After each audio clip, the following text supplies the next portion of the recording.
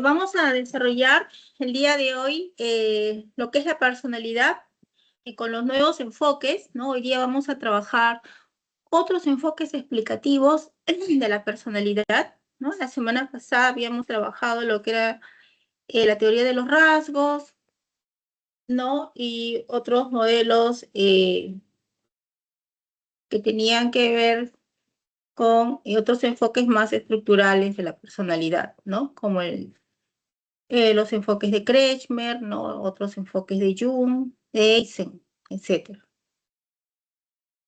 Bien, en relación a estos enfoques explicativos, nos tratan de dar una explicación por qué las personas se comportan de determinada manera o tienen determinadas conductas, y a través del psicoanálisis, ¿no? Se pretende dar una explicación centrado básicamente en lo que es el inconsciente, ¿no? Y sus mecanismos de defensa. También nos habla de su desarrollo psicosexual en las diferentes etapas, ¿no? Y también nos indica que en este capítulo, cómo es que se da el desajuste de la personalidad, ¿no? Cómo es que se va afectando ese equilibrio de la persona, ¿no? En diferentes áreas de su desarrollo personal, social, familiar, ¿no? Y cómo el estrés también tiene que ver con este desajuste y cómo con la resiliencia podemos lograr mantener una salud mental. También vamos a tocar el tema de lo que son los trastornos de personalidad de manera breve y cuáles serían los rasgos de la personalidad madura. Bien, entonces, acá tenemos un esquema, ¿no? De lo que se va a tocar en la teoría, unas teorías, ¿no? Vamos a avanzar. Bueno, según Freud, pues en la vida psíquica nada sucede al azar, ¿no? Incluso tiene un simbolismo cada cosa que nosotros hacemos, ¿no? Y que incluso del inconsciente pueden partir aquellos actos, ¿no? Que nosotros no nos damos cuenta, como el olvidar los nombres, ¿no? Lo que se nos revela en los sueños, y todo ello tiene un contenido que de manera inconsciente va llegando a la conciencia, pero que tiene un significado, ¿no? Así el psicoanálisis intenta explicar los olvidos, los lapsus, las confusiones y los errores al hablar, ¿no? Incluso los síntomas neuróticos.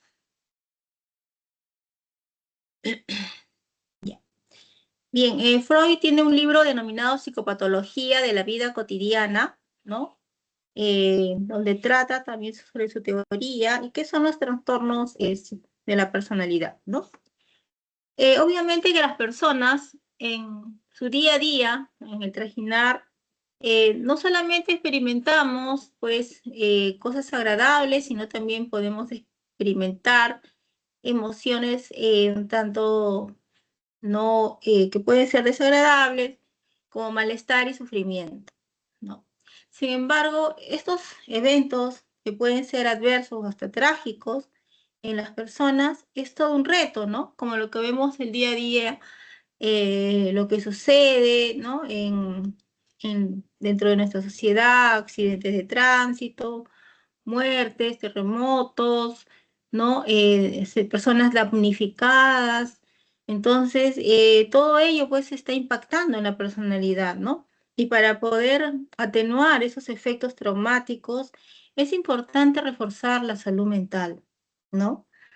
¿Para qué? Para que no se agraven estos temas, tales como viene sucediendo luego de la pandemia, ¿no? Donde actualmente vemos que de los peruanos, ¿no? Cada 5 peruanos hay algún problema de salud mental, ¿no? Por cada 5 peruanos hay un peruano con problema de salud mental. Entonces, sobre todo en personas que son jóvenes, ¿no? Y esto ha ido en aumento. Es necesario promover la salud mental porque es importante que las personas aprendan a gestionar mecanismos y recursos psicológicos protectores, ¿no? Como situaciones de resiliencia, desarrollar habilidades sociales, desarrollar la empatía, ¿no? La comunicación asertiva. ¿Para qué? Para el desarrollo de una personalidad madura, ¿no? Y eso nos va a ayudar también a conocer estos enfoques y teorías para evidenciar cómo se originan las perturbaciones emocionales, ¿no? Entonces, vamos a continuar con el enfoque del psicoanálisis, ¿no? Que indicando que su precursor, pues, ha sido Freud, médico y neurólogo, por lo tanto, tiene una base más biologicista, ¿no? Y en su teoría y su método, él propuso el proceso del estudio del inconsciente, ¿no? A través de algunas técnicas psicoterapéuticas. ¿Para qué? Para que pueda abordar aquellos trastornos neuróticos y psicóticos. Freud plantea los niveles de conciencia, ¿no? Eh, digamos que inicialmente su teoría, él tiene un enfoque topográfico. Inicialmente él distingue tres estratos: el consciente, el preconsciente y el inconsciente, ¿no? Y a partir de este enfoque, ya parte su segunda teoría, que tiene que ver con el desarrollo de las fuerzas dinámicas que ejercen en la persona, como son el ello, el yo y el superyo. Y así que Freud compara la mente humana como un iceberg, ¿no?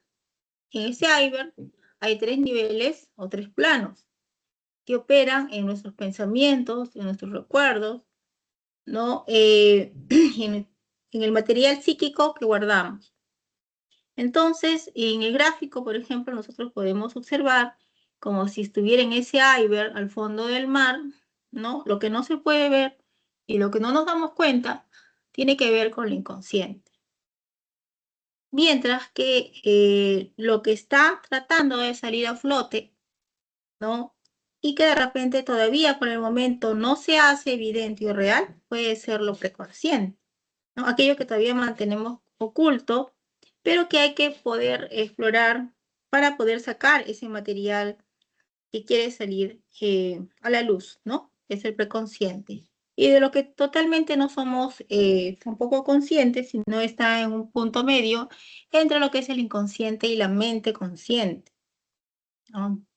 La mente consciente es aquello que sí nos damos cuenta de lo que hacemos, ¿no? Y de las cosas que vivimos diariamente, ¿no?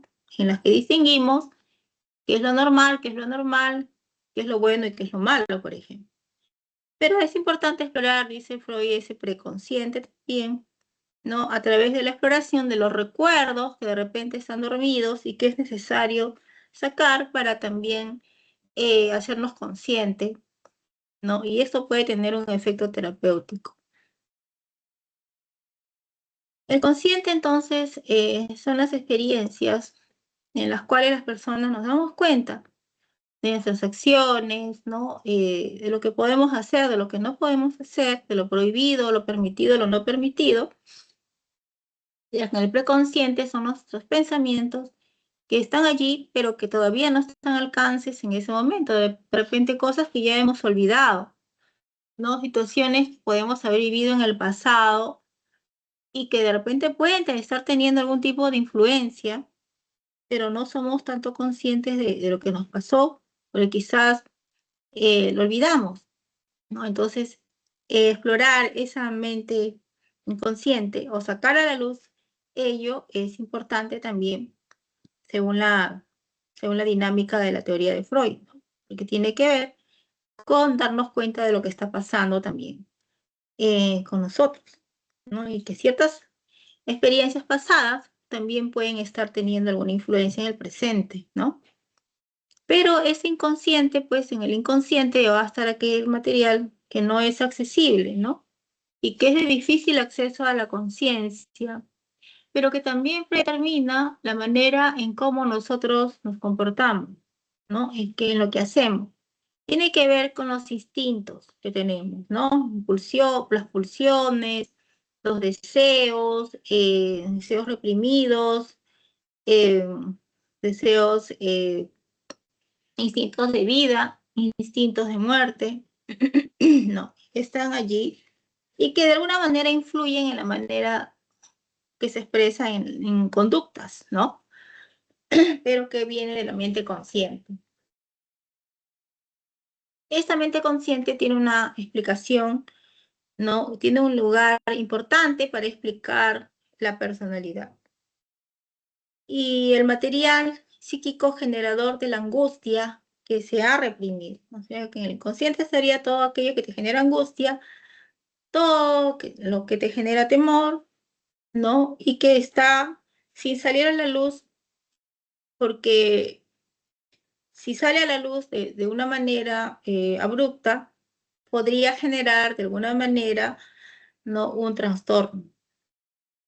Entonces, para poder explorar ese inconsciente, decía Freud, debemos utilizar algunos métodos. Uno de ellos, el que utiliza, es la asociación libre.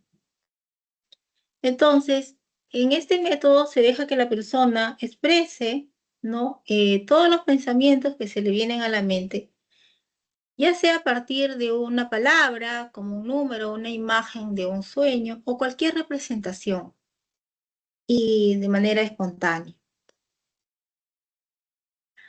En la estructura de la personalidad, Freud desarrolla tres instancias. Uno es el id, uno es el ego y otro es el superego, ¿no? Cuando hablamos del id o el ello, esta estructura, pues, dada la posición de Freud, que es una posición biologicista, ¿no? Él dice que alberga aquellos aspectos heredados, instintivos, eh,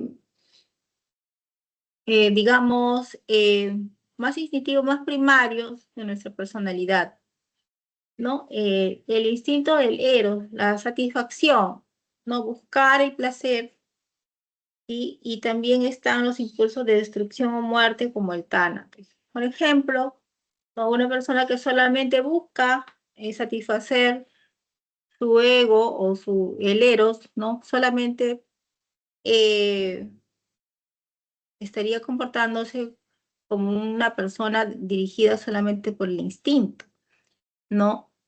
Y podría solamente buscar sensaciones que le producen placer, sin acatar las reglas, ¿no? Sin acatar las normas. Podría caminar desnudo de repente por la calle, podría dedicarse a fumar, ¿no? En plena luz del día, fumar drogas, ¿no? Podría dar rienda suelta a todos sus instintos, sin importarle lo que la gente piense, ¿no?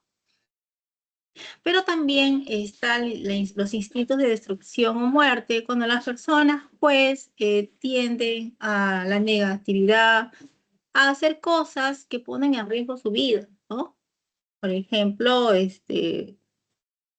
tomar alcohol hasta quedar, pues, tirado en el piso, por ejemplo.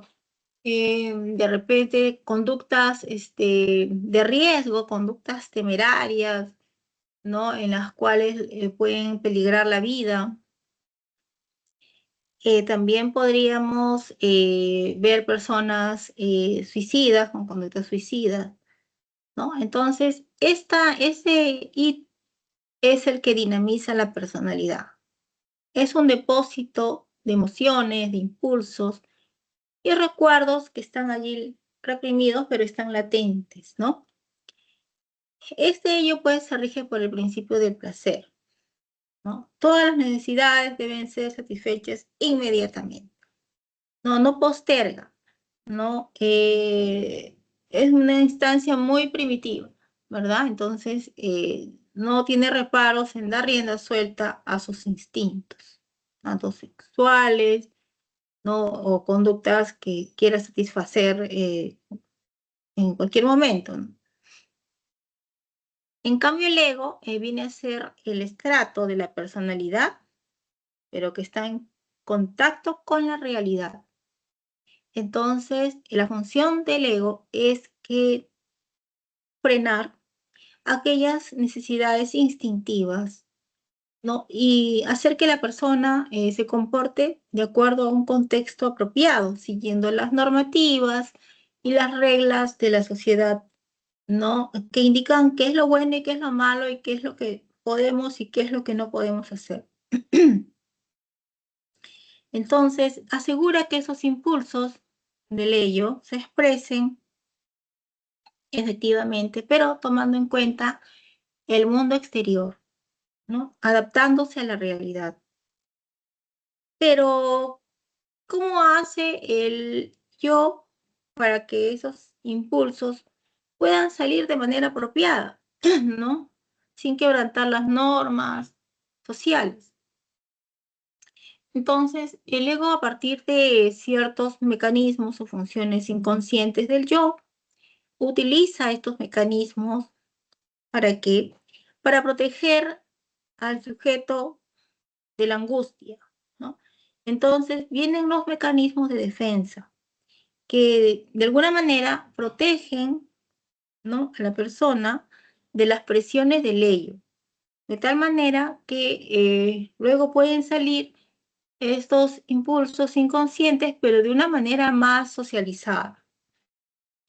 El superego viene a ser la personificación de los valores de nuestros padres, ¿no? De las normativas que hemos recibido, ¿no? De los preceptos, de las órdenes, ¿no? Que nos han transmitido nuestros progenitores y las familiares, también producto de la educación, ¿no? Que tiene que ver también con la censura, ¿no? Y interiorización de las fuerzas represivas que actúan sobre el yo durante el desarrollo psicológico.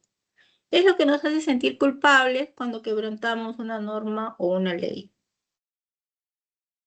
Sentir vergüenza, sentir culpa por algo que hayamos realizado y que consideramos que eso no estaría bien.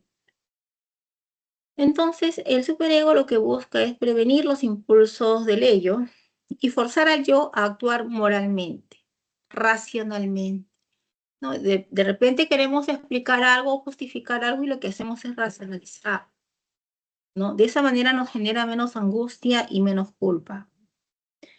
El lenguaje del superello se manifiesta con actitudes de autocrítica, ¿no? ¿Por qué hice tal cosa? No lo debería, ¿no? Es por mi culpa, las cosas salieron mal, ¿no? Entonces se autocritica, ¿no? Y también tiene que ver con la prohibición de conductas socialmente desaprobadas. El superyo desarrolla la conciencia moral y genera culpa cuando actuamos contrariamente a las reglas. En la estructura de la personalidad, en la conducta del yo está determinada por las fuerzas instintivas del ello y el control que hace el superyo. Viene a ser como un coordinador entre ambos estamentos. El ello presiona al yo para que actúe según sus impulsos agresivos y sexuales.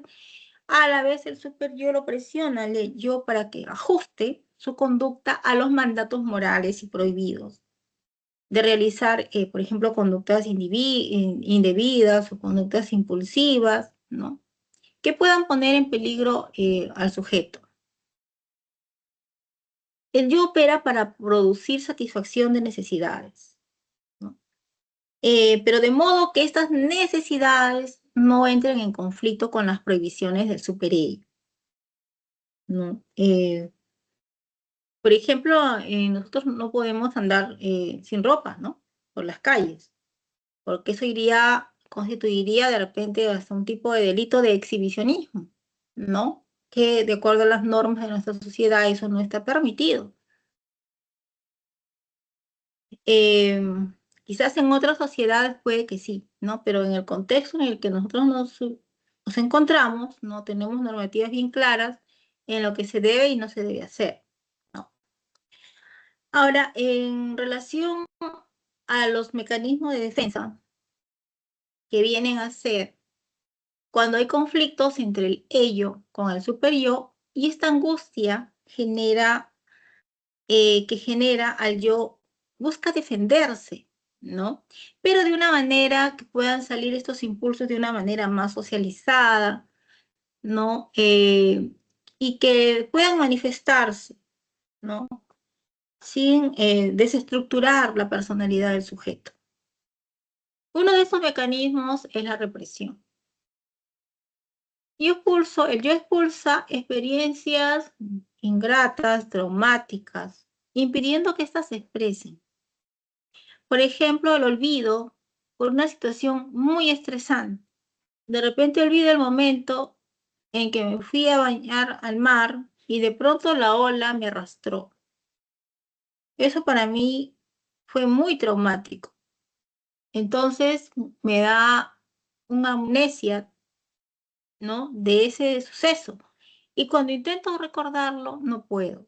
No recuerdo lo que me sucedió. O de repente algo que hice y me hizo generar vergüenza, ¿ya? Eh, Luego viene la negación.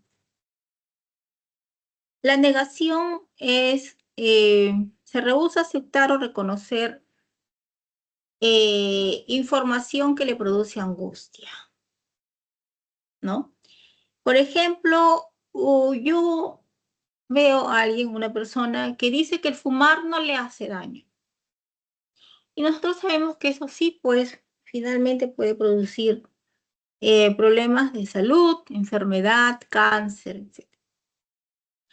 Pero la persona sigue fumando, a pesar de que sabe que le hace daño, ¿no? Y dice que en cualquier momento puede dejar este hábito. En cuanto a la regresión, consiste en que las personas, ante determinadas situaciones de estrés, ¿no? O de sufrir ciertas carencias, de repente de pérdidas de afecto, podría volver a regresionar, ¿no? Sobre todo cuando una persona está internada y hospitalizada, se hace más dependiente de los demás, ¿no? Cuando sale a veces podría retroceder a etapas anteriores, que lo cuiden, que estén pendientes de él, ¿no?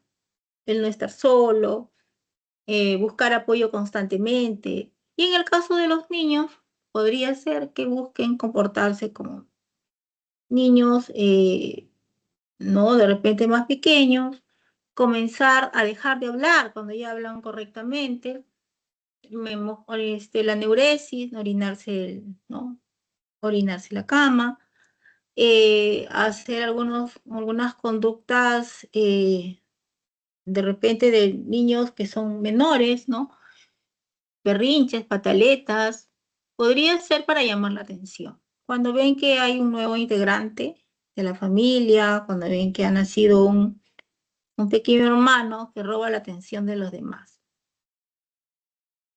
La racionalización también es un mecanismo inconsciente en el cual busco justificarme para atenuar la culpa, ¿no? Para ocultar los motivos reales de mis actos, ¿sí? Eh, por ejemplo, no hice algo que debería hacer y digo, me retrasé porque de repente se enfermó mi mamá o mi papá. No hice la tarea porque de repente no tuve tiempo de hacerlo porque tuve tantos problemas que no me alcanzó el tiempo. De alguna manera busca racionalizar y generar menos culpa y trasladar la culpa hacia otras circunstancias, hacia otros hechos, ¿no?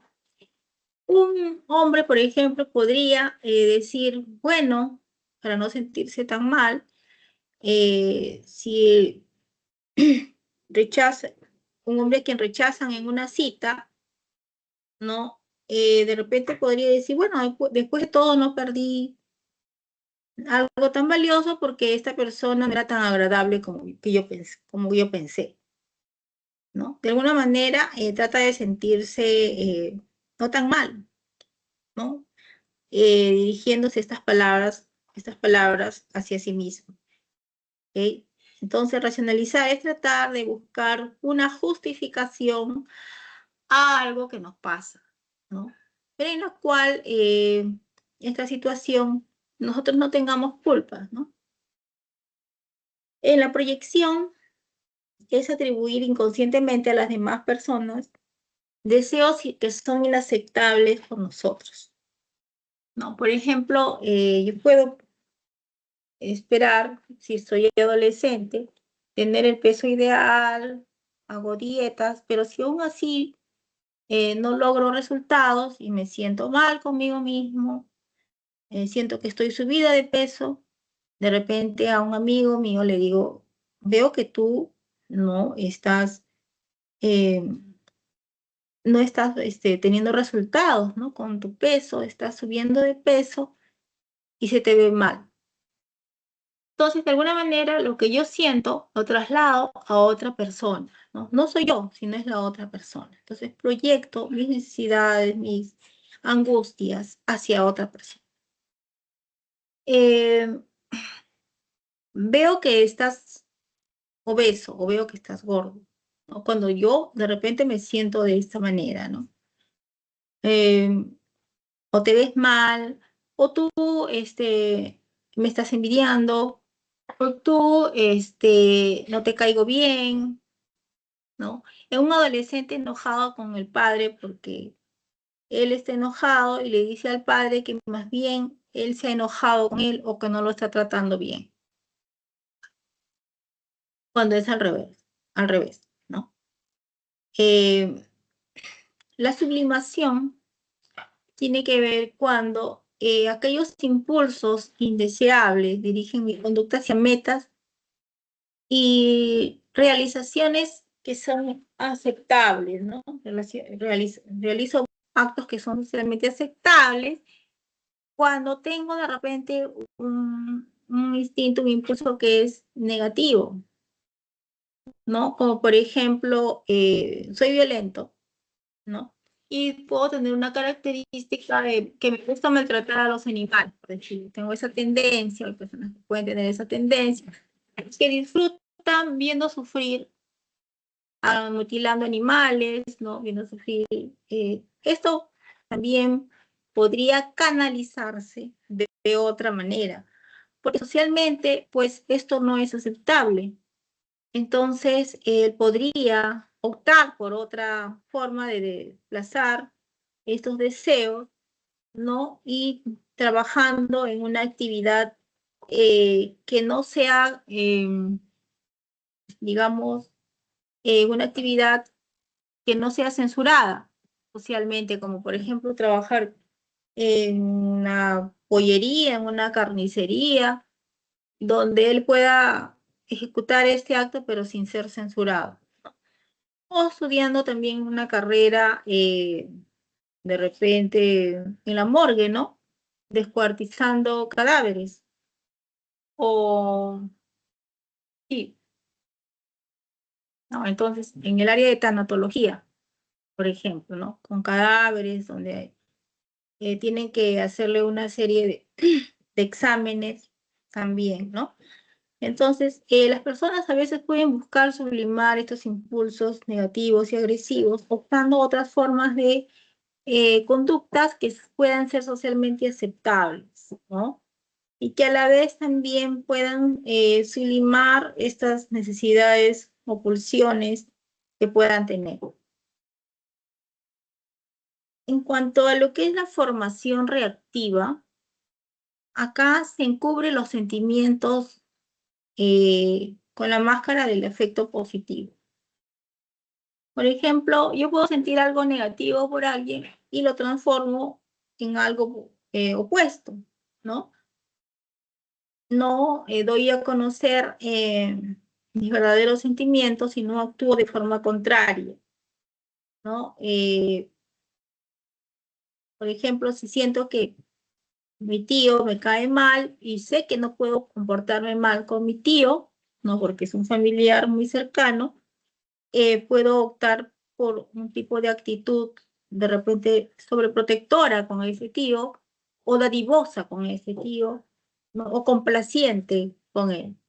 De una forma de poder luchar con ese sentimiento que creo que es, que me hace sentir culpable, ¿no?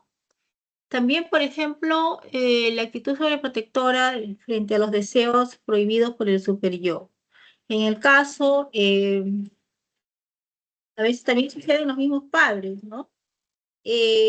Adoptan una actitud sobreprotectora con los niños, con los hijos, ¿no? Esto, si bien se entiende como que fuera un exceso de amor o de protección, finalmente también termina invalidando al niño, pues no le da autonomía, ¿no? Entonces, de alguna manera, el padre, ¿no? Podría estar expresando esta situación, ¿no?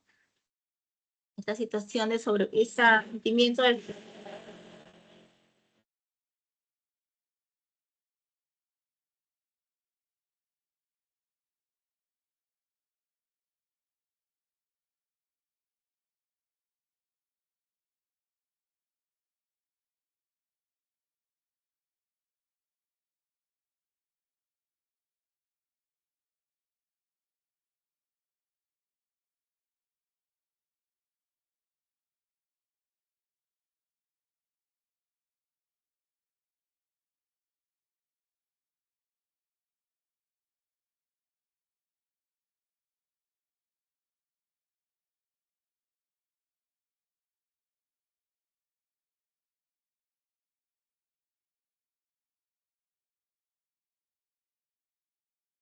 disculpen que hay un ruido muy molesto, están haciendo una construcción.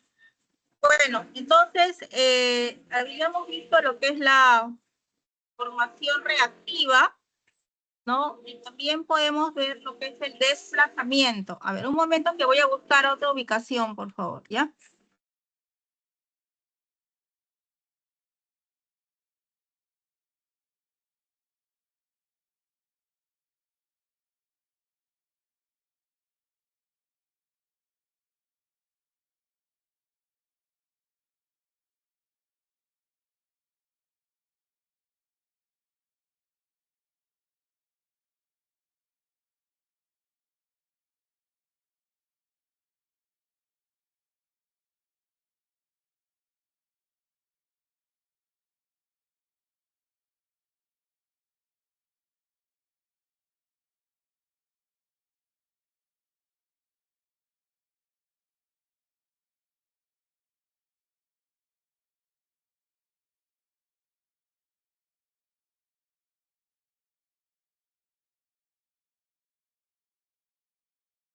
Ya. Bueno, habíamos visto lo que era el desplazamiento, ¿no? Perdón, la formación reactiva.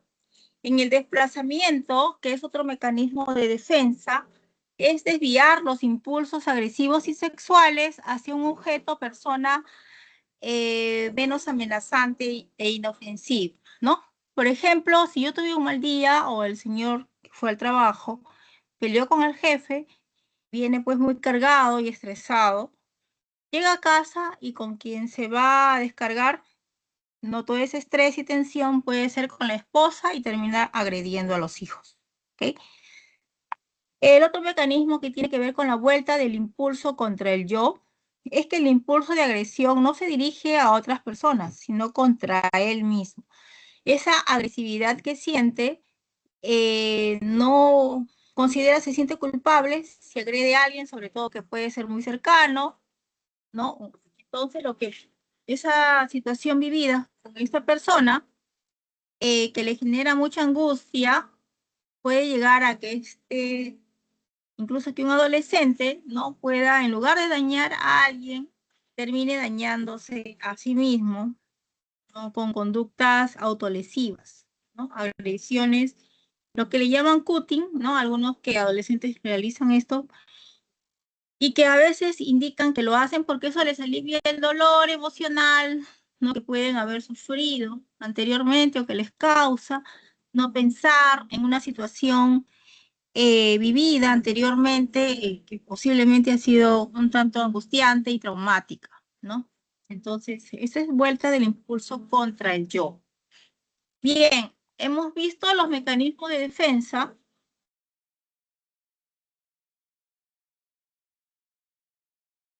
Eh, perdón. Ahora vamos a ver lo que es la teoría del desarrollo psicosexual de Freud, ¿no?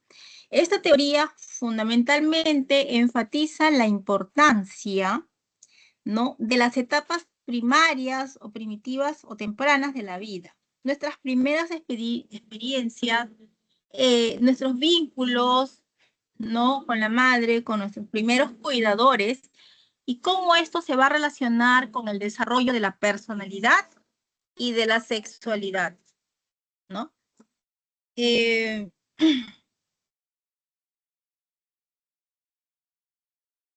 de acuerdo con el psicoanálisis, hay periodos de desarrollo en los que se van dando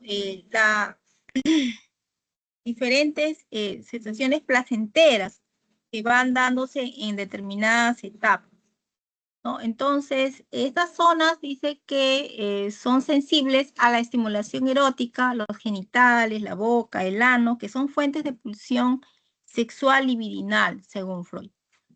Y él señalaba que durante estas etapas el niño experimentaba ansiedad por aspectos traumáticos o constitucionales, ¿no? Y la fase se acentuaba, en esta fase se acentuaba esa parte de la libido bloqueada relacionada con esa pulsión libidinal o sexual, ¿no? Y las características propias de esta etapa persistían a la etapa adulta si esta etapa no había sido superada, ¿no? A lo que le llamaba fijación. Que tendría que haber una satisfacción plena de esta etapa para que pase a la siguiente etapa. De lo contrario, la persona se quedaba fijada en esta etapa oral, anal, fálica, de la tensión genital, dependiendo de dónde se haya quedado esta pulsión libidinal. En el cuadro, por ejemplo, señala las características de estos periodos y las fases que lo componen, ¿no? Por ejemplo, acá tenemos en la fase oral erótica que viene a ser en el niño, ¿no? En el bebé, cuando, por ejemplo, él siente que la boca es el medio por el cual incorpora todos los objetos, ¿no? A través de la succión. Entonces, a través de la boca él siente placer y busca succionar no solamente un biberón, sino de repente una toalla, de repente, no sé, un objeto. Entonces, esto sucede en el primer semestre de vida. En la etapa, su fase tardía, en el segundo semestre, el morder sustituye ya la succión. Entonces, el morder constituye también una sensación placentera para el niño en esta etapa del segundo semestre de vida. Luego viene la fase anal erótica, que sucede en el primer año de vida, donde acá sucede pues el entrenamiento del control de esfínteres, ¿no? Donde la madre le enseña al niño a ir a los servicios, ¿no? Higiénicos, y aprender a usar el sanitario. En este aspecto a veces se le coloca el vacín para que el niño vaya entrenándose, ¿no? Se les deja un cierto tiempo y entonces de esa manera también Freud decía que en esta etapa anal erótica el niño puede experimentar una sensación placentera en la evacuación, ¿no? Como también puede presentar una sensación placentera en la retención, ¿no? Entonces, esto se daría al segundo año. Ahora, esto lo traslada también a la personalidad futura, ¿no? Que si la persona se ha quedado fijada en esta etapa, placer en la evacuación, podría ser una persona que tiende a ser más irresponsable, podría derrochar el dinero, no dedicarse a los juegos al azar, por ejemplo, sin responsabilidad. Y que más bien si es una persona que se queda en etapa retentiva, podría ser una persona que es muy, que no gasta, ¿no? Que tiene que ver con actitudes ya de tacañería o de repente de una apropiación del dinero, pero no como una situación que ha quedado allí, ¿no? En retener solamente y no gastar o no dar. En la fase fálica erótica de 3 a 5 años, acá más bien los órganos genitales ya se convierten en una zona erógena y hay sensaciones placenteras en estas zonas. Y acá es lo que Freud denomina que se da el complejo de Edipo y el complejo de Electra, ¿no? Complejo de Edipo como la relación simbólica, ¿no? Es una relación sexual simbólica que dice que el niño tiene con la madre y viceversa, que la niña tendría con el padre, ¿no? Pero que esto se tiene que resolver en esta etapa, o sea que esto no se debe prolongar. El tema sería la fijación, ¿no? Si esto se fija hasta hasta la edad adulta, podría crearse una fijación en esta etapa. En el periodo de latencia, de 6 años hasta la pubertad, acá hay un debilitamiento de los impulsos, ¿no? Ya por el principio de la realidad, digamos, ya no está tan enfocado a la parte erótica sexual, ¿no? Sino más bien también ya al juego, a otras actividades sociales que el niño debe realizar. Al periodo genital, la adolescencia y la adultez, que tiene que ver ya con la realización de la sexualidad, tener pareja, ¿no? Y, y normalmente ya la etapa del enamoramiento, y en la adultez de repente formar un compromiso, una familia, ¿no? Bien, ahora en relación a la personalidad normal, ¿no? Todavía no hemos solamente visto lo que es la parte teórica, ¿no? Freudiana, ¿no? De la teoría de Freud. Y también tenemos que ver en este punto, ¿no? Lo que es un desajuste de la personalidad, ¿no? ¿Y qué es lo que sucede cuando una persona ya no puede adaptarse o no puede responder de manera normal a las demandas del entorno? Por X factores, como pueden ser factores estresantes, que generan desequilibrios en la vida del individuo, cambios de vida, de repente duelos, frustraciones, conflictos, presiones. De repente es una persona que damnificada de un incendio, ¿no? Actos de terrorismo, actos de haber sido sobreviviente de repente de un terremoto, ¿no? O haber vivido en un campo de concentración. Todo esto afecta y desajusta la personalidad. Muchos llegan a tener trastornos por estrés postraumáticos, desde lo más simple hasta estrés postraumático complejo, en la cual ya la persona queda en una situación de invalidez para poder ser independiente y actuar y sentir y actuar de acuerdo a lo que el entorno espera, ¿no? Entonces, ¿qué cosa viene a ser el estrés? ¿No? El estrés viene a ser un estado de tensión, introducido este término por el médico Hans Selye, que tiene que ver con una metáfora que alude a fuerzas o pesos que deforman la estructura material de algo. En este caso, este peso, este estrés deformaría, pues, ¿no? A la persona, ¿no? Entonces, esta sobrecarga, ¿no? A la persona puede generar estrés.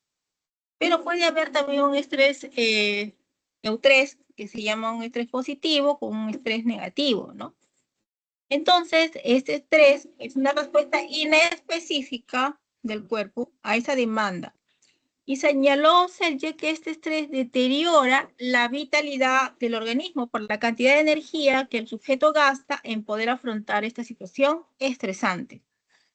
Ya la Organización Mundial de la Salud lo define como reacciones fisiológicas que preparan al organismo para la acción, que tiene que ver con todo un componente psicosomático, ¿no?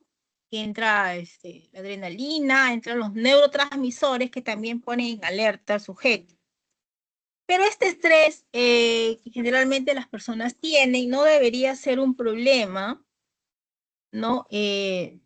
Son tensiones que generalmente nos da la vida cotidiana, pero que sí se convierten en problema cuando en ciertas circunstancias existen presiones que pueden, digamos, como decía, deformar la estructura de repente de un material o de repente que el sujeto no pueda con esta sobrecarga, ¿no? Como las presiones económicas, como un ambiente muy competitivo, como la falta de satisfacción laboral, de repente hostigamiento laboral, hostigamiento sexual, pérdidas económicas, que son percibidas como amenazantes. En síntesis, el estrés es una respuesta de una persona a sucesos percibidos amenazantes o difíciles. Eso lo señala Feldman en el año 2005. Pero en términos económicos, podría decirse que el estrés produce cuando las demandas sobrepasan los recursos. O sea, no sé cómo afrontar las diversas demandas que tengo. Y Selye señaló que este estrés afecta al sistema nervioso, ¿no? También no solamente al sistema nervioso, sino al sistema endocrino, las hormonas, y también al sistema inmunológico. Es decir, que las defensas naturales del sujeto pueden bajar y este constantemente tiende a enfermar, ¿no? Entonces, este estrés, si bien es necesaria para la supervivencia del sujeto, bajo determinadas circunstancias, en ciertos modos de vida, esta sobrecarga desencadena graves problemas de la salud física, ¿no? No solamente mental, sino también la salud física, como como vemos en las enfermedades, por ejemplo, de las úlceras, por excesivas preocupaciones, la hipertensión arterial, por constantemente sujeto a estar en estrés, ¿no? Diabetes, diabetes emotiva, ¿no? Cáncer, y esas enfermedades que son del sistema, por bajas defensas, del sistema inmunológico, ¿no? Tienden a provenir generalmente de estas situaciones de estrés, ¿no? Por ello es necesario distinguir dos tipos de estrés, ¿no? El tipo de estrés favorable o positivo, que ayuda a que el sujeto responda, ¿no? A las demandas, y un distrés o estrés desfavorable que más bien hace que el cuerpo enferme, ¿no? Y el cuerpo experimenta en la práctica las mismas respuestas. Sin embargo, el EU3 ayuda a que a que el sujeto responda a situaciones difíciles con un reto, con una oportunidad y con resiliencia, ¿no? Y el distrés se produce cuando el individuo carece de los mecanismos de afronte para hacer frente a una situación percibida como amenazante.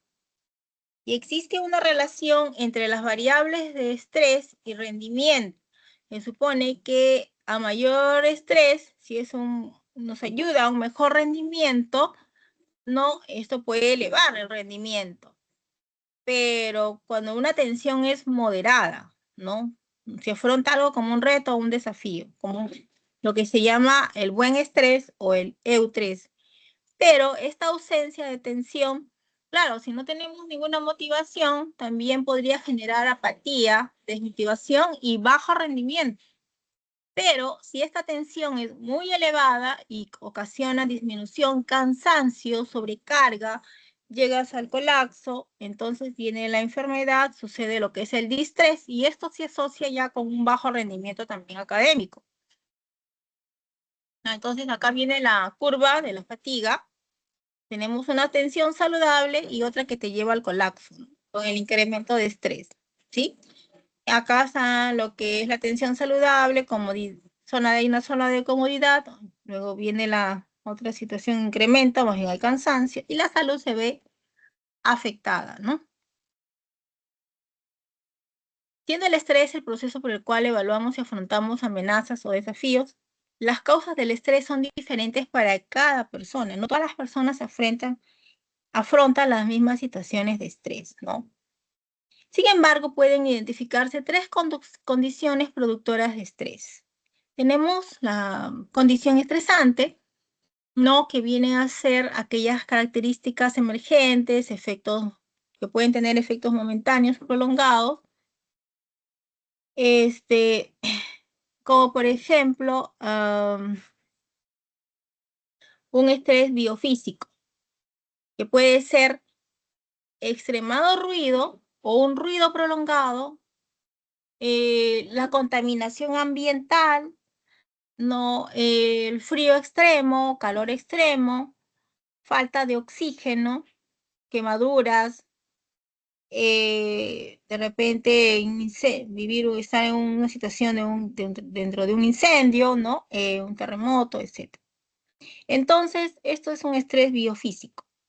Un estresante psicológico es aquello que afecta la estabilidad emocional de individuos o grupos. Por ejemplo, si bien es cierto, los problemas de orden económico, la recesión económica, ¿no? El caos, la inseguridad ciudadana, ¿no? El sicariato, las guerras, ahora que justamente los países de Medio Oriente también están en guerra, ¿no? Y tienen un impacto no solamente a ese nivel, sino un impacto global en todos los países, ¿no? Entonces, todo ello tiene que ver con un estresante también psicológico. Y los estresantes laborales que tienen que ver con las condiciones de trabajo, ¿no? A veces las rutinas que también pueden generar cansancio, la situación de inestabilidad laboral, el no reconocimiento del esfuerzo realizado por el trabajador, poca motivación, acoso laboral, bullying, ¿no? Etcétera. Ahora, las etapas del estrés, según Selyen, son las siguientes. Eh, perdón, un ratito.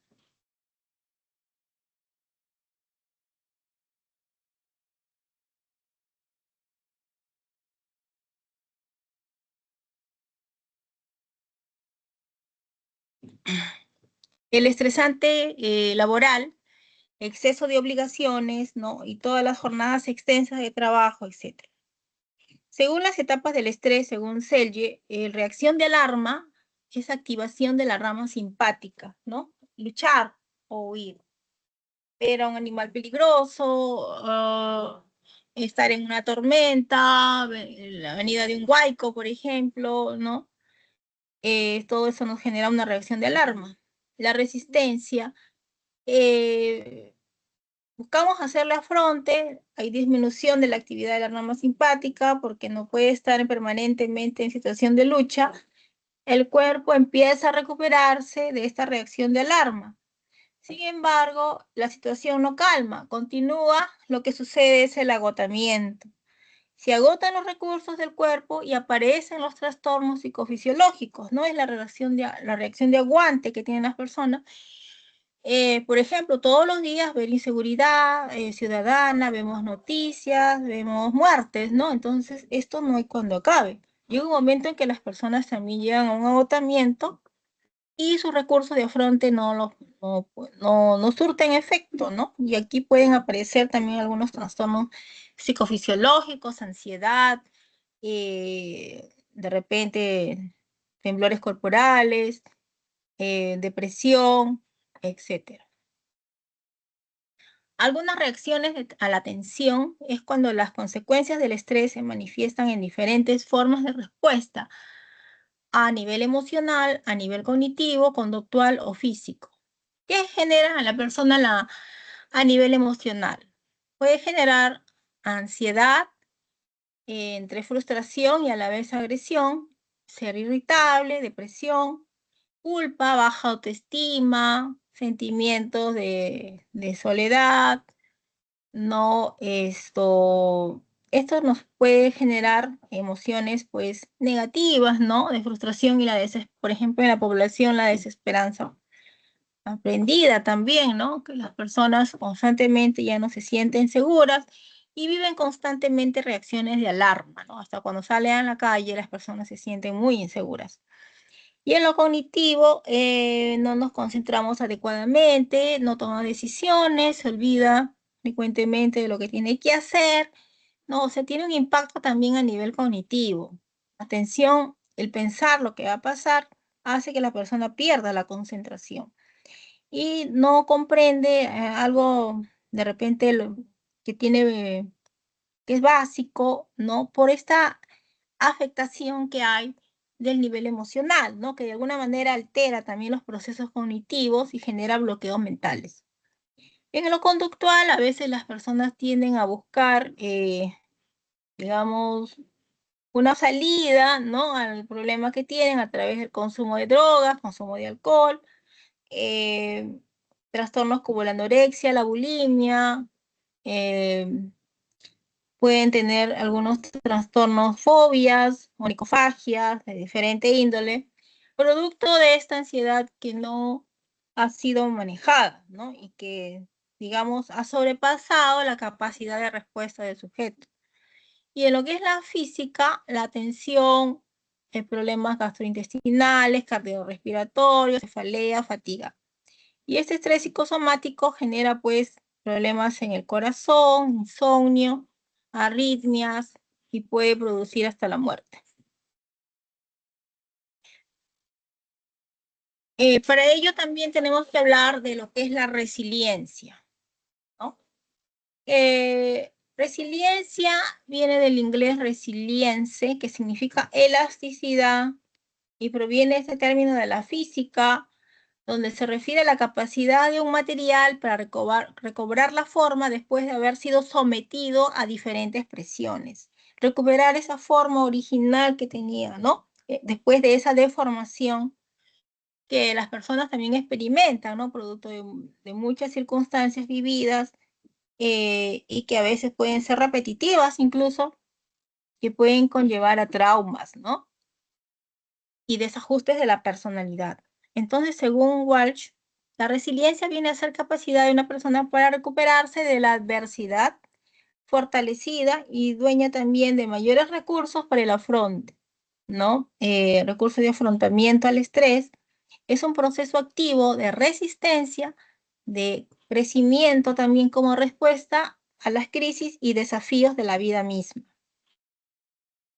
Podemos decir que una persona es resiliente cuando logra superar esas presiones o dificultades, ¿no? Por ejemplo, alguien nació sin brazos, ¿no? Sin embargo, eso no le impidió que aprendiera a cocinar porque existe la plasticidad cerebral y puede de repente entrenarse y poder coger de repente los cubiertos con los dedos del pie, ¿no? O personas que nacieron con un problema de una enfermedad crónica, ¿no? Sin embargo, a pesar de, siguen adelante y siguen construyendo un proyecto de vida, ¿no? De repente nació una persona con ceguera o con sordera, ¿no? Sin embargo, no se queda, digamos, detenido allí, sino más bien busca realizarse en actividades que le hubieran gustado, ¿no? A pesar de la discapacidad, ¿no? Hay personas que nadan, hay personas que compiten, ¿no? En deportes, a pesar de sus discapacidades, ¿no?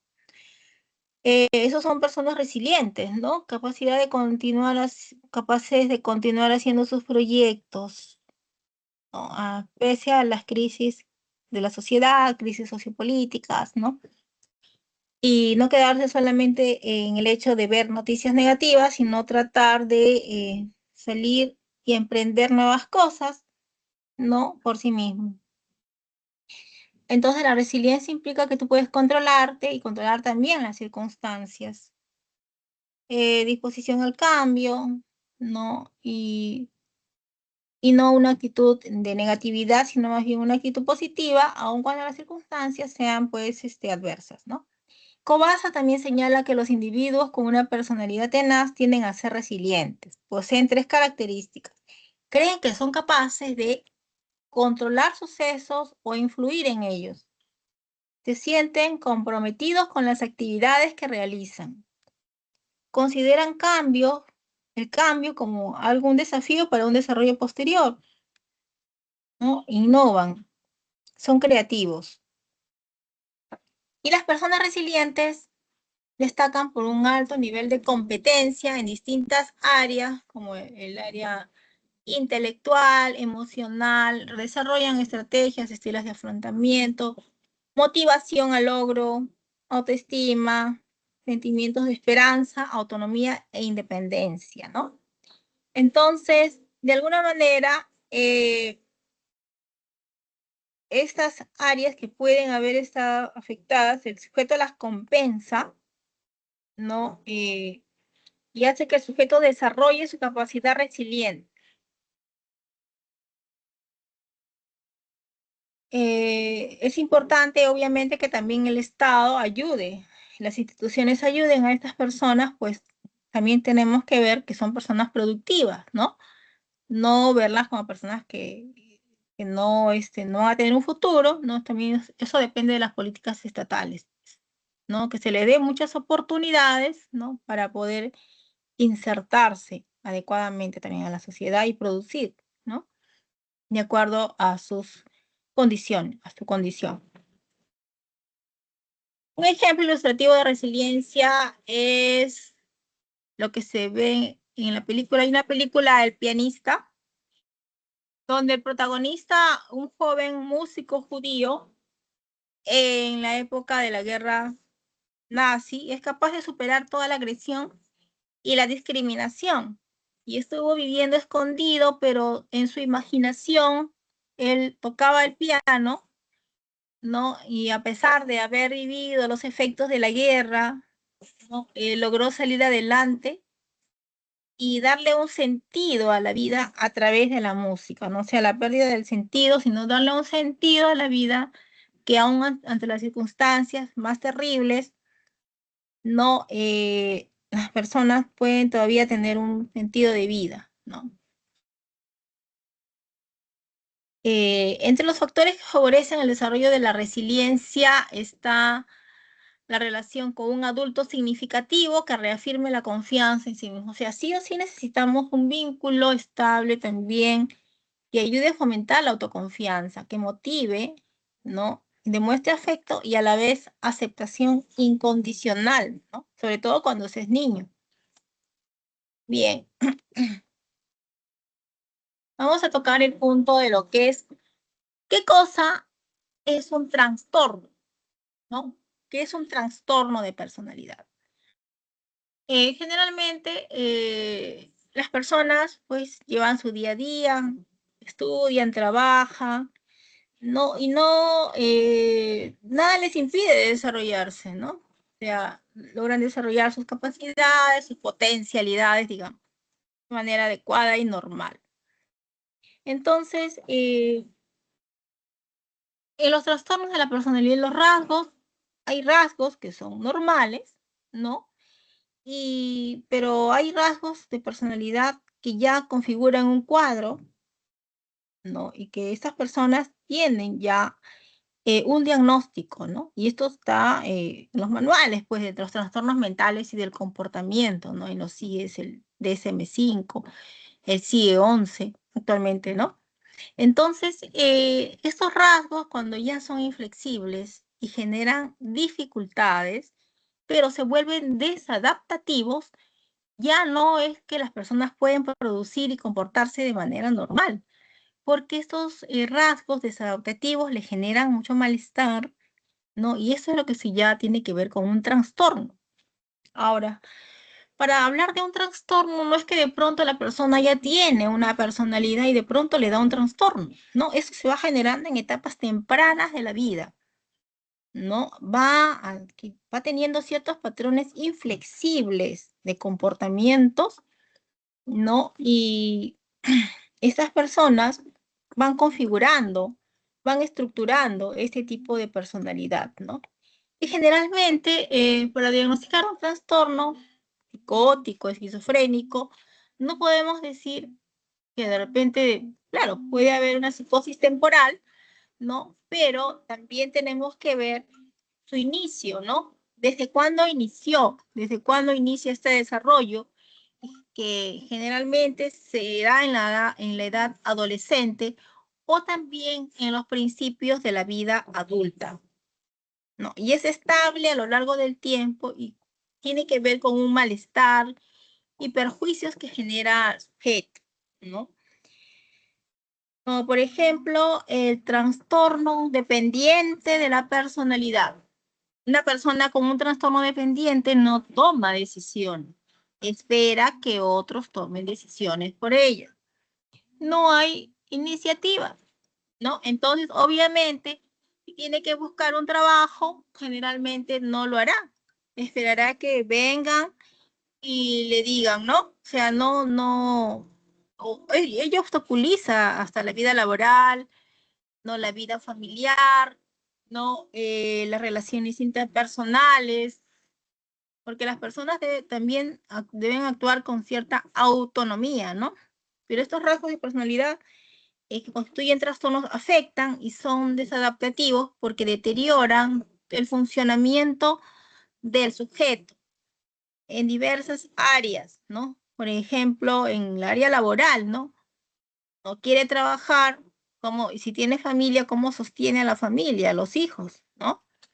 En el área de pareja, también conyugal, ¿cómo va a resolver la vida económica, ¿no? Es decir, genera malestar significativo. Otra personalidad, podríamos de ver una personalidad de repente histriónico o histriónica, ¿no? Que también a veces tiende a la inestabilidad emocional, a la inmadurez, a la dependencia, ¿no? Y a veces también a la manipulación. Y eso también puede generar fricciones, ¿no? Al interior de la familia, ¿no? De repente con una persona que de repente siempre se victimiza constantemente, pero no hace nada también por sí mismo. Ahora, en el manual diagnóstico y estadístico de los trastornos mentales, en la quinta versión, se establece pautas diagnósticas para un trastorno.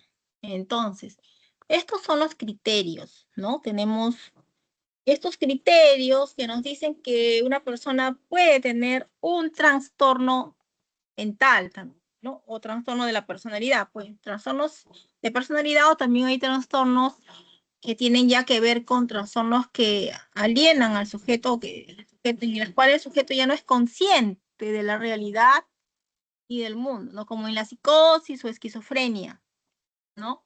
En esos trastornos psicóticos, esquizofrénicos, ya el sujeto no es consciente de su realidad. Pero en un trastorno de personalidad, el sujeto sí es consciente de la realidad, pero tiene este patrón de comportamiento, lo que hace que su vida esté justamente desadaptada a lo que se espera, ¿no? De él. Y un primer criterio tiene que ver con un patrón permanente de conducta y experiencia interna que se desvía de las expectativas culturales y que se manifiesta en dos de las siguientes áreas, ¿no? La cognición, la afectividad, el funcionamiento interpersonal y el control de impulsos, ¿no? Por ejemplo, un patrón de conducta disocial, donde las personas inician la vida delictiva desde la adolescencia, ¿no? Pequeños hurtos, robos de un celular, estafas, pequeñas estafas, y luego ya empiezan un repertorio criminal mucho más avanzado, delictivo, homicidios, robo en bandas, ¿no? Entonces, estos patrones son inflexibles y tienen varios ingresos al penal, ¿no? Y tienen una característica que es la anestesia emocional, que no sienten emociones, que no sienten pena, ni remordimiento, ni culpa, ¿no? Y esto se va dando así en un patrón de conducta. El patrón perdurable, dominante, o sea, la persona no cambia fácilmente, ¿no? A veces puede querer hacer una terapia, pero a veces este patrón es inflexible, ¿no? Sobre todo en estos tipos de trastornos psicopáticos o disociales, ¿no? Dominan muchas situaciones personales y sociales, porque además también a veces estos trastornos se combinan con otros trastornos, ¿no? Como adicción a las drogas, adicción al alcohol, producen otros problemas de orgánico cerebral, es decir, se va complejizando, ¿no? Lo cual es más difícil, ¿no? Digamos, el tratamiento y la recuperación. Este patrón perdurable causa malestar, deterioro social, laboral, y en otras áreas de funcionamiento cognitivo, ¿no? Problemas de memoria, de atención, violencia.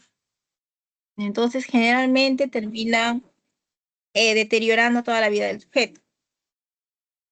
Este patrón es estable y de larga duración, y su inicio se puede remontar al menos a la adolescencia o las primeras etapas de la vida adulta, ¿no?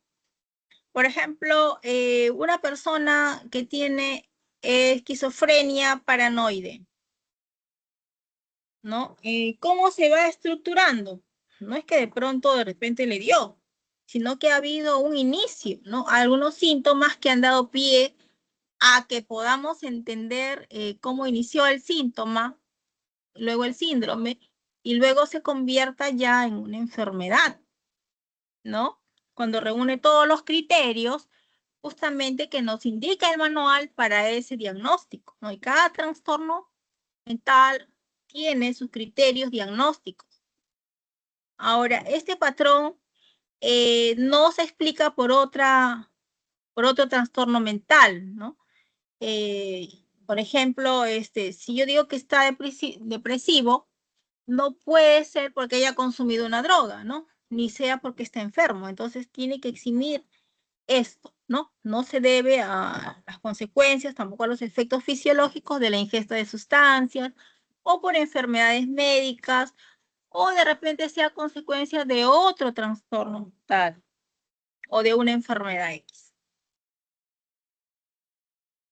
Ya. En cuanto a la personalidad, de acuerdo a la Dirección Académica de Formación Integral de la Universidad Anáhuac, México, el perfil de la personalidad madura incluye rasgos como la objetividad, la autonomía, la capacidad de amar, responsabilidad, productividad, visión amplia, sentido ético, capacidad de reflexión, sentido del humor, armonía sexual, capacidad de entablar amistades profundas, manejo emocional, se maneja por objetivos, flexibilidad, seguridad, libertad de elección y manejo de la frustración, ¿no? En una persona sana.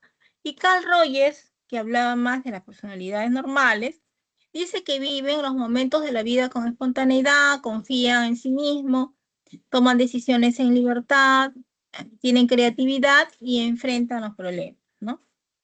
Eso es lo que manifiesta Rogers. Bueno, obviamente que en la sociedad muchos de los aspectos de la personalidad madura a veces no están puros porque obviamente existe un contexto que también influye en la forma como las personas viven la situación, ¿no? Entonces no podemos olvidar que también nos encontramos en una estructura de una sociedad que más bien genera más estrés en las personas, ¿no? Más estrés y eso también va deteriorando la salud mental. Bueno, vamos a iniciar con los ejercicios ya de la práctica, donde dice lo siguiente, ¿no? Lea usted el enunciado y señale la respuesta de acuerdo con lo que corresponde. La primera, pregunta dice que en una reunión por los 25 años de aniversario de ingreso a la universidad, el presidente de la comisión organizadora entregó un papel a cada exalumno para que se anotaran los nombres de los docentes con mayor influencia en su labor profesional. La mayor parte de ellos logró recordar y anotar los nombres de sus profesores. Según los planteamientos de la teoría psicoanalítica de Freud, el contenido de los recuerdos fue extraído a partir del estrato mental denominado. ¿De dónde se extrajeron estos recuerdos? Del preconsciente, del inconsciente, de la negación, del ello o del consciente.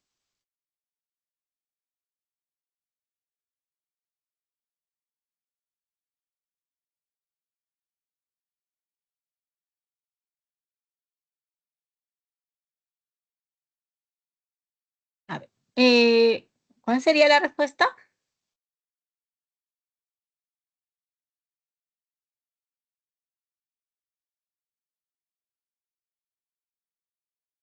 A ver, acá, consciente no, ¿no? Ello, poco, negación, su mecanismo de defensa, inconsciente, ¿no? Porque ya salió a la luz.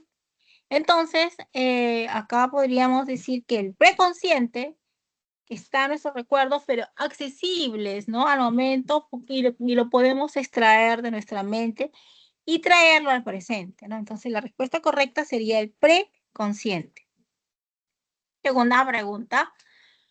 Dice, la escritora norteamericana Sylvia Plath demostró mediante sus trabajos literarios cómo sus poemas le permitieron canalizar conflictos internos y dotarlos de un sentido creativo. A través de sus poemas como Edge y Ariel, Plath convirtió su angustia, ira y pensamientos sobre la muerte en piezas de gran valor estético y simbólico. Según la teoría de Freud, Plath experimenta el mecanismo de defensa denominado, debido a que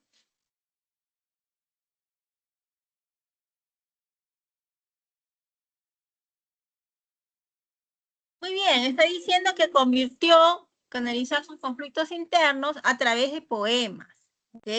De esa manera su angustia le da un valor más bien en piezas de valor estético y simbólico, ¿no? Por lo tanto, el mecanismo de defensa de la escritora norteamericana Sylvia Plath sería la sublimación, ¿no? Pues convierte su dolor en expresión artística, ¿no?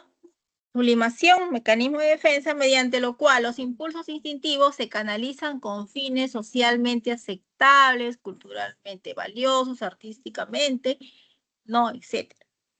Entonces, poesía, ¿no? Deseo de muerte en una creación poética y simbólica constituye un ejemplo de sublimación.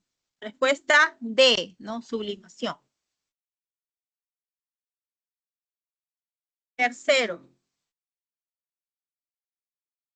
Renato, al perder el empleo y no conseguir recolocarse con sus 65 años, trabajó temporalmente como ambulante durante el día y de noche,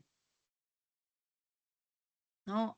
Él estudió ensamblaje de computadoras, convencido que la adversidad es pasajera, inició un servicio de reparación, ensamblaje y mantenimiento de computadoras a domicilio, promocionándolo con un pequeño parlante adherido a la bicicleta con la que se desplazaba por diversas zonas.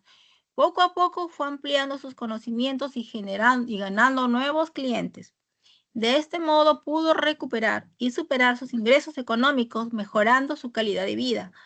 De lo expuesto, se puede concluir que la experiencia de Renato constituye un ejemplo de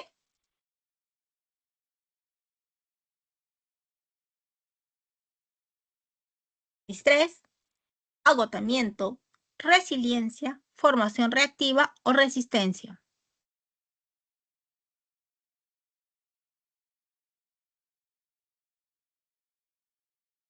Bueno, distrés no es, agotamiento tampoco, formación reactiva es un mecanismo de defensa, sino que más bien él está demostrando que pudo salir adelante a pesar de la adversidad, ¿no? Entonces, se trata de una persona resiliente, ¿no? Sobre todo cuando se queda sin empleo a los 65 años, ¿ok? Entonces, la respuesta sería la letra B, ¿ya? Resiliencia. 4.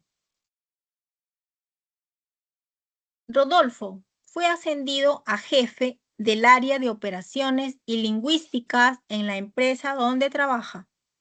Debido a la gran cantidad de responsabilidades que ahora tiene en ese cargo, le cuesta conciliar el sueño y duerme menos horas de lo habitual. Se muestra constantemente irritable, incluso ha olvidado actividades familiares que tenía pactadas.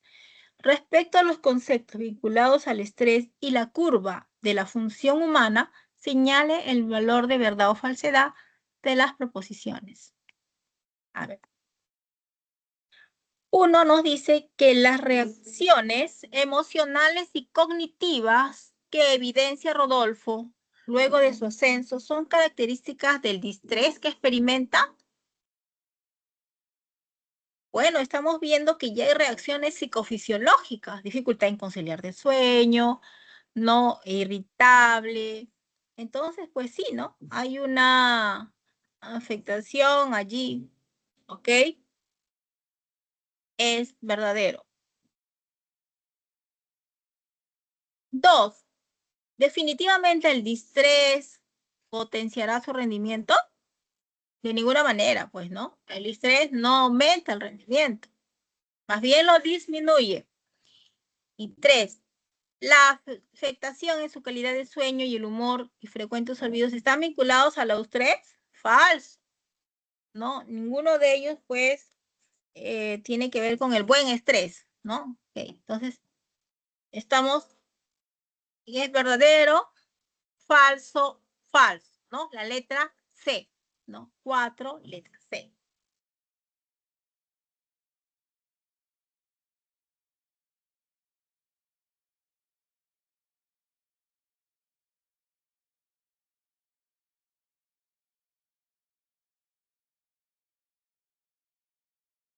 Ya, a ver, ahora dice, según el psicoanálisis, la estructura de la personalidad presenta 3 estratos, el ello, el yo y el super yo. Y cada uno representa diferentes aspectos del funcionamiento psíquico y mantiene interacción, o sea, el ello, el yo y el super yo están interactuando. Cada uno tiene un rol fundamental, como ya hemos observado, como hemos visto. Entonces, relacione los estratos con los casos que la ilustren. A ver, veamos. Cuando hablamos de el ello, el yo y el super yo, si yo digo que el bebé de Lorena llora sin consuelo cuando ella se olvida de darle de comer, estamos refiriéndonos al ello, al yo o al super yo. Llora si ella no le da de comer. Entonces estamos hablando de un impulso primitivo, ¿no es cierto?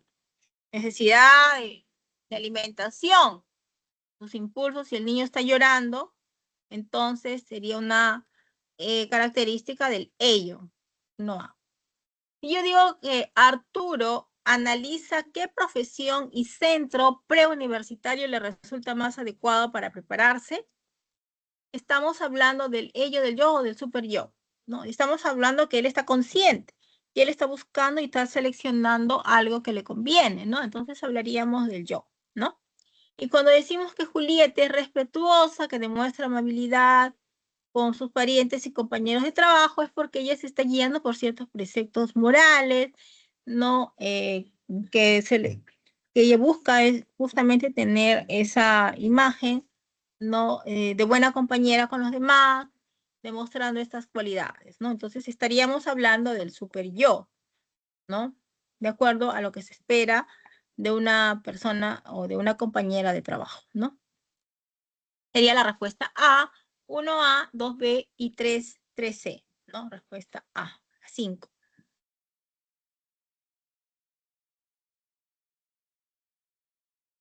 Bien, en la pregunta 6 dice, en la película Ghostland se presenta un intenso relato de terror psicológico. La protagonista llamada Beth y su familia son atacadas por un grupo de delincuentes al mudarse a su nueva casa. El suceso genera un gran impacto en Beth, quien crea en su mente una realidad alternativa en la que lograron escapar y ella creció hasta convertirse en una escritora exitosa. Sin embargo, esto es únicamente una fantasía, ya que en realidad la familia continúa cautiva de sus agresores. Identifica el mecanismo de defensa que ilustra el caso descrito. ¿No? Ella está viviendo una fantasía para escapar de una realidad. ¿Ok? Entonces, ¿cuál sería? Racionalización, vuelta del impulso contra el yo, formación reactiva, negación o proyección.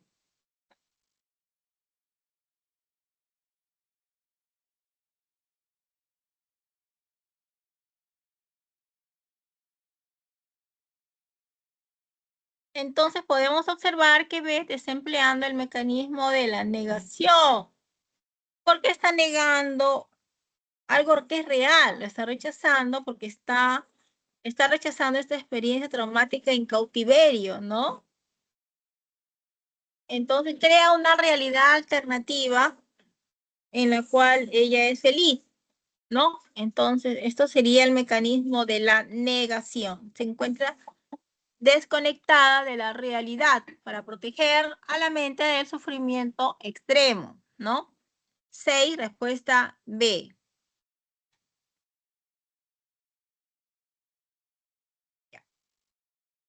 Pregunta 7. Tomando en cuenta la teoría del desarrollo psicosexual de Sigmund Freud, determine el valor de verdad o falsedad de los enunciados que se presentan a continuación. A ver, Freud dice, la latencia es una etapa donde la libido se mantiene hasta la adultez. La latencia. A ver, bueno, nosotros no hemos hablado de la etapa de la latencia, ¿no? Y en la etapa fálica, el niño experimenta un rechazo hacia la madre. ¿Mm? ¿Verdadero o falso? Tampoco hemos hablado de acá, no hemos hablado ni del complejo de Edipo ni el complejo de Electra, ¿no? En la etapa fálica, el niño experimenta un rechazo hacia la madre. Bueno, el tabaquismo corresponde a una fijación en la etapa oral. Bueno, entonces acá, analizando, en la etapa de latencia, la energía sexual se calma y se orienta hacia otras actividades, ¿no? Hacia la escuela, hacia los amigos, ¿no? Y esto se va a extender hasta, eh,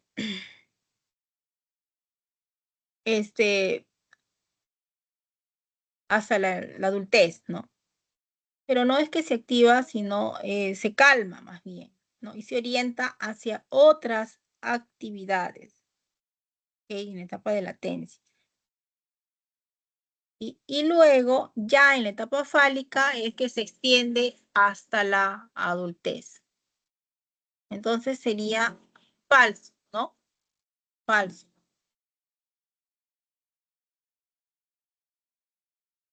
falso.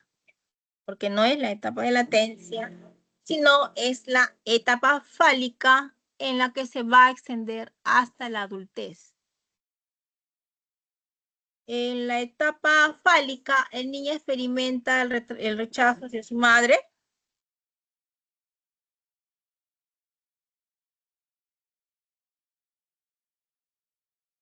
En la etapa fálica, según Freud, se da el complejo de Edipo, donde el niño más bien experimenta atracción hacia la madre, ¿no? Lo cual corresponde a que es falso, ¿no? No experimenta rechazo, sino más bien atracción a través del complejo de Edipo.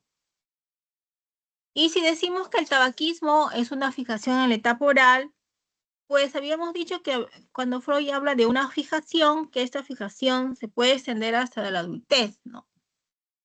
Donde el sujeto puede ser, convertirse en una persona que con tendencia al tabaquismo, ¿no? A la bebida, etcétera. En este caso es verdadero, ¿no? Respuesta D.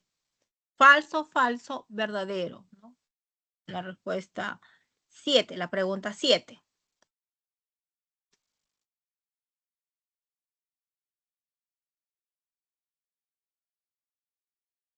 Pregunta 8. Con base en la teoría del desarrollo psicosexual planteado por Sigmund Freud, establezca la relación correcta entre cada una de las etapas y sus respectivos enunciados. A ver, oral, anal o fálica. A ver, si yo digo, eh, Fernando es reconocido por ser excesivamente meticuloso y ordenado en el trabajo, ¿qué sería? ¿Anal, oral o fálica?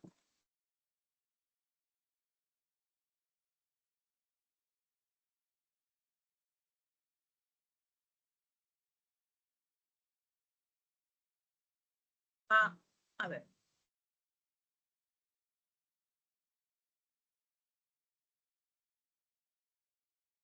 Bueno, habíamos hablado de que existe la etapa anal en que podría ser, ¿no? Expulsiva o retentiva, ¿no? Y en esa etapa oral etapa anal es la segunda etapa del desarrollo psicosexual entre los 18 y los 3 años. Y el placer se centra en el control del esfínter anal y las causas de la fijación se derivan en un entrenamiento demasiado estricto, ¿no? Ya sea en la fijación anal retentiva o puede ser demasiado laxo, fijación anal expulsiva. Y resultan en personalidades adultas, como en el caso de Fernando, que por ser meticuloso y muy ordenado en el trabajo, podría reflejar esta característica de la etapa anal, ¿no?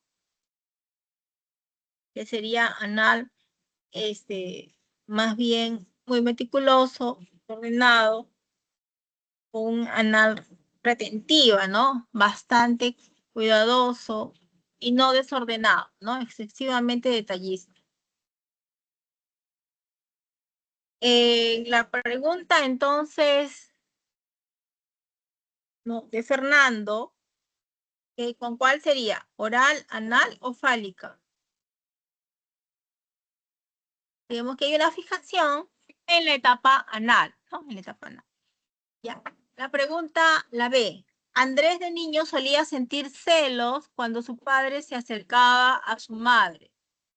No superó este conflicto. Ahora tiene problemas con las figuras de autoridad.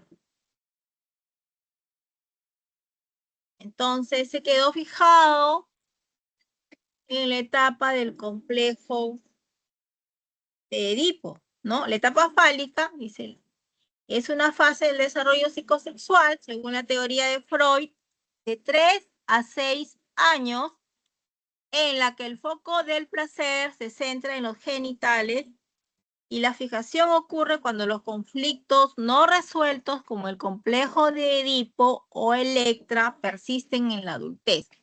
Entonces, acá podríamos decir que si él siente celos todavía de su padre, ¿no? Cuando se acerca a la madre, entonces no ha superado esta fase del complejo de Edipo y se quedó fijado en la etapa fálica, ¿no? Fálica. Ahora, en la 3 que dice, José es un joven que a pesar de las indicaciones del médico, ante su obesidad mórbida, continúa comiendo en exceso. Se quedó fijado en la etapa oral, ¿no? Porque la satisfacción a través de la boca, ¿no? A través de la ingesta de alimentos, digamos, ¿no? La boca es el principal fuente de placer y exploración y ocurre por un conflicto no resuelto durante el destete o por una satisfacción o falta de ella o excesiva o insuficiente, expresándose en que en el caso de José continúa comiendo en exceso. Y entonces la respuesta sería la B, la 1C, 2A y 3B.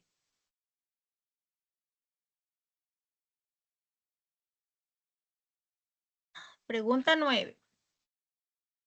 Séfora tiene un único hijo que va a ser operado de una peligrosa afección cardíaca. Ante la posibilidad de que la operación falle y pierda a su hijo, ella experimenta ansiedad. Ya ha empezado a fumar de manera continua hasta 4 cajetillas de cigarrillos al día. Considerando los estresores y dimensiones en que se expresa la tensión de Séfora, señale verdad o falso de los enunciados. A ver, Séfora está expuesta a un estrés psicológico ante el cual responde exclusivamente en la dimensión conductual.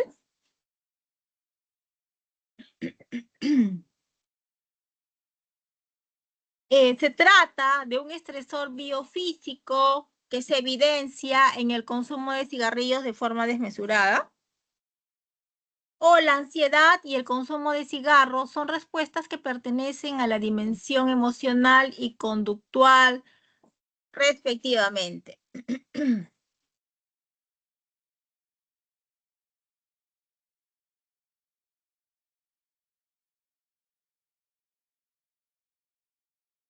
Bueno, si está expuesta a un estresante psicológico en el cual responde solo a la dimensión conductual, no, porque estamos hablando de que Séfora experimenta ansiedad, ¿no? Y aparte, la ansiedad es porque tiene miedo ante la posibilidad de que la operación falle, ¿no? Lo cual es un proceso cognitivo de anticipación a que algo salga mal. Y de esa manera ella consume o fuma, ¿no? Entonces, no solamente es una dimensión conductual, ¿ya? Entonces sería falso la primera. Dos, se trata de un estresor biofísico, falso, porque no hay ningún estresor ambiental ahí en relación al consumo de cigarrillos, no es un estresor biofísico. Y tres, que la ansiedad y el consumo de cigarrillos son respuestas que pertenecen a la dimensión emocional y conductual respectivamente. Bueno, sí, porque no solamente es lo emocional, sino también lo cognitivo y lo conductual, pero acá ya están poniéndonos que responde también a la emocional y conductual, ¿no? Lo cual también es verdad, ¿no? Entonces la respuesta, falso, falso y verdadero, ¿ok?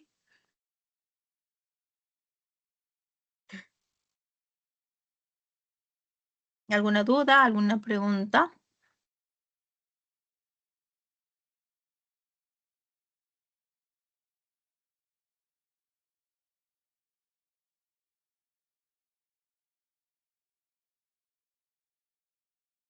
A ver, la pregunta 10 nos dice que Raúl y Jorge, siendo adolescentes, perdieron a sus padres en un accidente.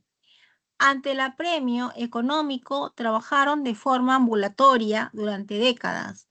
En ese tiempo, Raúl llevó a la par estudios de mecánica electromotriz, convirtiéndose en un técnico solicitado y llegando a conformar una feliz familia en la actualidad. En la actualidad se mantiene productivo, con visión amplia y sentido ético. Por su parte, Jorge, quien siempre se ha mostrado extremadamente desconfiado y extraño, a pesar de seguir trabajando, acentuó su comportamiento suspicaz, incluso en situaciones cotidianas. Se apartó de sus amigos y son recurrentes sus conflictos con sus propios familiares por las ideas injustificadas de que quieren hacerle daño. Considerando el concepto de personalidad, Raúl es un ejemplo de, y en el caso de Jorge, podría representar,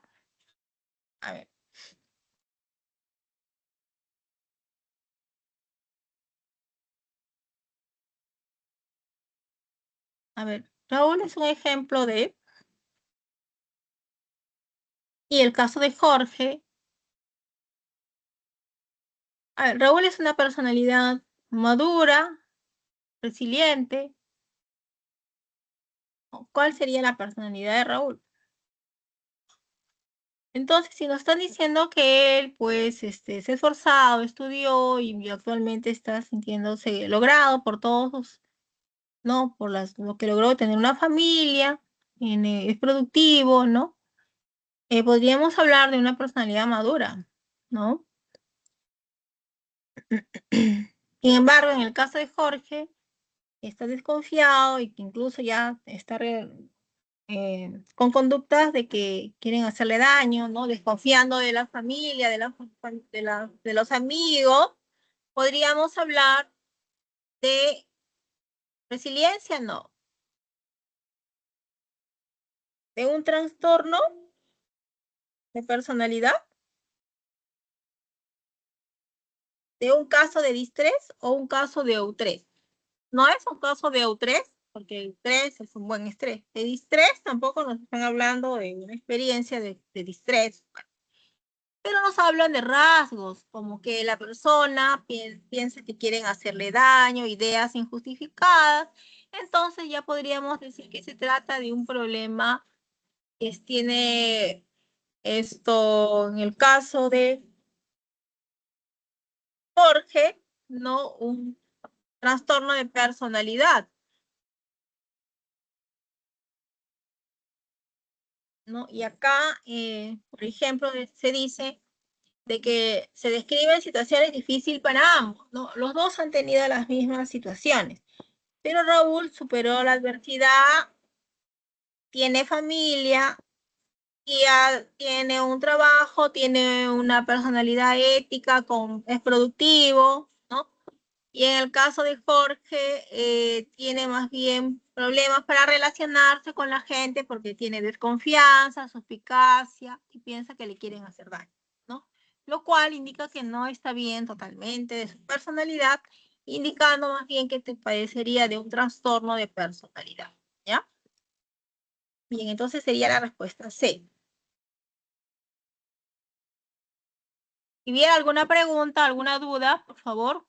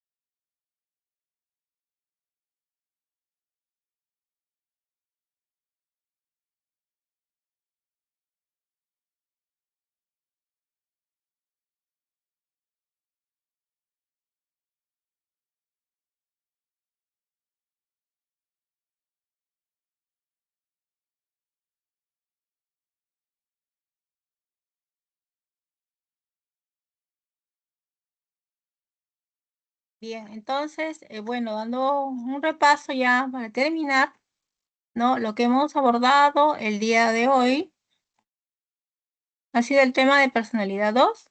Hemos abordado lo que es la teoría del psicoanálisis, lo que es un desajuste de la personalidad, ¿no? Hemos hablado también sobre algunos criterios del DSM-5, ¿no? El manual del trastorno de los trastornos de personalidad y del comportamiento, ¿no? Que es un trastorno de personalidad, rasgos de la personalidad madura, los enfoques, ¿no? El psicoanalítico, los mecanismos de defensa, las etapas del desarrollo psicosexual de Freud, estrés, ¿no? Las condiciones que son estresantes, cuáles son las manifestaciones en el organismo, tanto emocional, cognitiva, conductual y física, lo que es la resiliencia, los trastornos de personalidad y los rasgos de la personalidad madura.